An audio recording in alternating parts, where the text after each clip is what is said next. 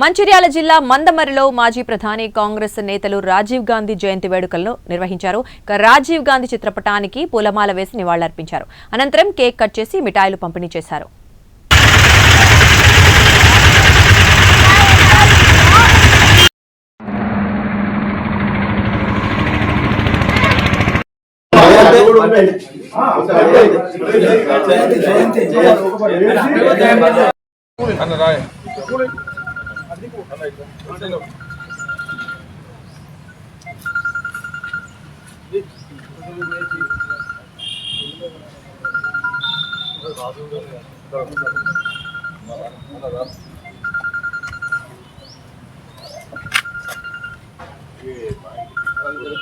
అదే కింద దొక్కుతాళ్ళనా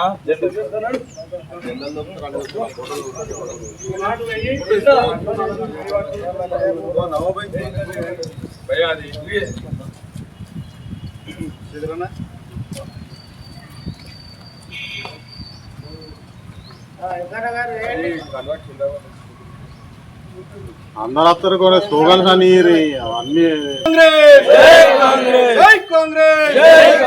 రాజీవ్ గాంధీ రాజీవ్ గాంధీ రాజీవ్ గాంధీ రాజీవ్ గాంధీ జై కాంగ్రెస్ జై కాంగ్రెస్ జై కాంగ్రెస్ జై కాంగ్రెస్ జై కాంగ్రెస్ కాంగ్రెస్ పార్టీ జిందాబాద్ కాంగ్రెస్ పార్టీ జిందాబాద్ కాంగ్రెస్ పార్టీ జిందాబాద్ సురేఖమ్మ గారి నాయకత్వం వర్ధిల్లాలి ప్రేమ్ సాగర్ రావు గారి నాయకత్వం స్వర్గీయ ప్రధానమంత్రి భారతరత్న అవార్డు పొందినటువంటి గౌరవనీయులు స్వర్గీయ రాజీవ్ గాంధీ గారి జయంతి సందర్భంగా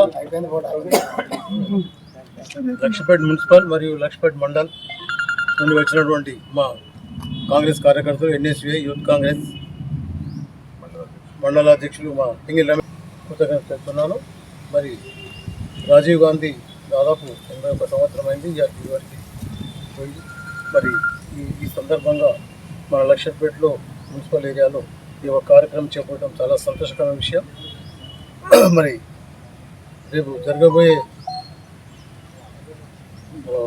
ప్రధానమంత్రి ఉపరాష్ట్రపతి ఎన్నికల్లో మరి మన రాష్ట్రం నుంచి నివసినటువంటి రామకృష్ణ గారిని మరి అందరూ మద్దతు ఇచ్చి భారత మాజీ ప్రధాని కాంగ్రెస్ పార్టీ అగ్రనాయకుడు రాజీవ్ గాంధీ గారు వారి యొక్క జన్మదిన సందర్భంగా ఈరోజు మేము లక్షపేట పట్టణంలో రాజీవ్ గాంధీ జన్మదిన వేడుకలను జరుపుకుంటున్న జయంతి వేడుకలను జరుపుకుంటున్నాము.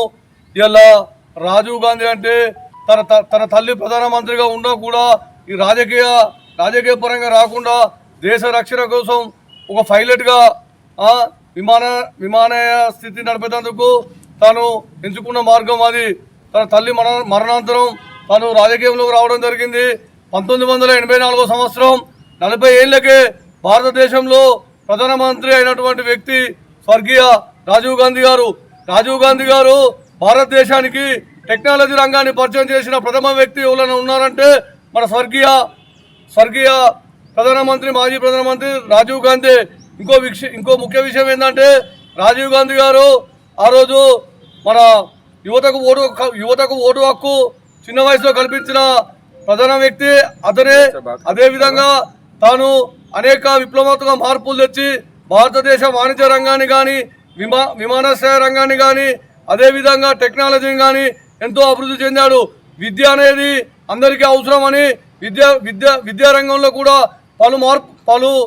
పలు మార్పులు తెచ్చి పలు కొత్త చట్టాలు ఏర్పరిచినటువంటి స్వర్గీయ ప్రధానమంత్రి రాజీవ్ గాంధీ గారు.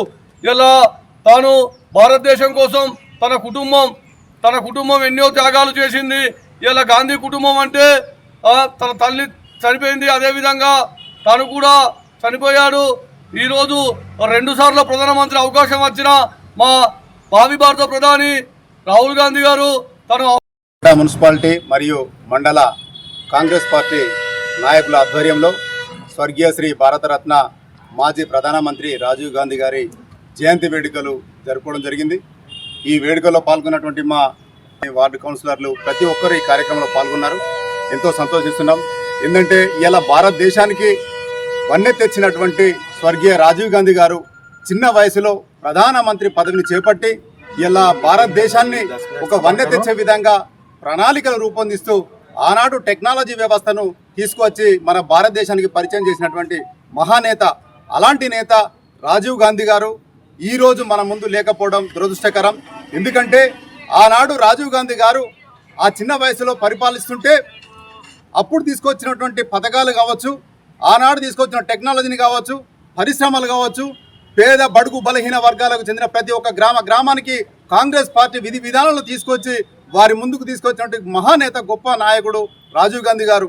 ఆనాడు రాజీవ్ గాంధీ గారు దురదృష్టవశాత్తు కొంతమంది ఆనాడు ఏదైతే చెన్నైలో తమిళనాడులో తన దుర్ఘటన జరిగిందో ఆ తర్వాత పరిస్థితులు కొన్ని అనివార్య కారణాల వల్ల తేడాలైనప్పటికీ ఇలా భారతదేశాన్ని పరిపాలిస్తున్నటువంటి ఈ బీజేపీ నాయకులు ఇలా మా నాయకుడు చెప్పినట్టుగా దొంగ ఓట్లతోని ఆనాడు తీసుకొచ్చిన ఈ ఓటింగ్ ఈవీఎంల పద్ధతి తీసుకొచ్చింది కాంగ్రెస్ ప్రభుత్వమే. అయినప్పటికీ దాంట్లో చేర్పులు మార్పులు జరుగుతున్నాయి. ఇలా అది అన్యాయం అయిపోయి ఇలా ఓటింగ్ని ఇలా మార్పు చేసే పరిస్థితి వచ్చింది. కాబట్టి దానిపైన ప్రణాళిక తీసుకురావాలని చెప్పి ఇలా కేంద్రంలో మా గౌరవనీయులు మంచిర్యాల ఎమ్మెల్యే శ్రీ కొక్కిరాల ప్రేమసాగరరావు గారు, అలాగే డిసిసి అధ్యక్షురాలు గౌరవనీయులు సురేఖమ్మ ప్రేమసాగరరావు గారి ఆదేశాల మేరకు ఈరోజు లక్ష్మీపేట మున్సిపాలిటీ మరియు మండల నాయకుల మధ్యలో మరి స్వర్గీయ మాజీ ప్రధానమంత్రి స్వర్గీయ శ్రీ రాజీవ్ గాంధీ గారి 81వ జయంతి సందర్భంగా మరి వివిధ మండలాల నుండి వార్డుల నుండి వచ్చిన పెద్దలు గౌరవనీయులు మరి మా జిల్లా ఉపాధ్యక్షుడు మరి ఆ రోజు మరి ఇందిరాగాంధీ గారి ఏదైతే ప్రధానమంత్రి ఉండే ఇందిరాగాంధీ గారి అకాల మరణంతో మరి రాజకీయ పరంగా వారి వృత్తి వేరు, మరి ఇందిరాగాంధీ గారి అకాల మరణంతో మరి ప్రధానమంత్రి పీఠంపై పగ్గాలు తీసుకొని మరి బీద బడుగు వర్గాలకు ఎన్నెన్నో సంక్షేమ పథకాలు తీసుకొచ్చి మరి టెలికాం డిపార్ట్మెంట్ కానివ్వండి, మరి పరిశ్రమల దాన్ని కానివ్వండి, మంచి ఆలోచనలతోని వారికి ముందుకు తీసుకుపోయిన ప్రధానమంత్రి మా రాజీవ్ గాంధీ గారు. బీద బడుగు వర్గాల ఆశాజ్యోతి ప్రధానమంత్రి మరి మాజీ ప్రధానమంత్రి రాజీవ్ గాంధీ గారు ఈరోజు మన మధ్యలో లేకపోవడం దురదృష్టకరం. మరి అదే బాటలో నడుచుకుంటూ మరి ఈరోజు భావి భారత ప్రధానమంత్రి కావడం ఖాయం ఏదైతే మా రాహుల్ గాంధీ గారు ఉన్నారో మరి వారికి రాబోయే రోజుల్లో ప్రజలందరూ పట్టం కట్టాలి, వారికి ప్రధానమంత్రి పీఠం మీద కూర్చోబెట్టాలి. ఈరోజు బీజేపీ పాలన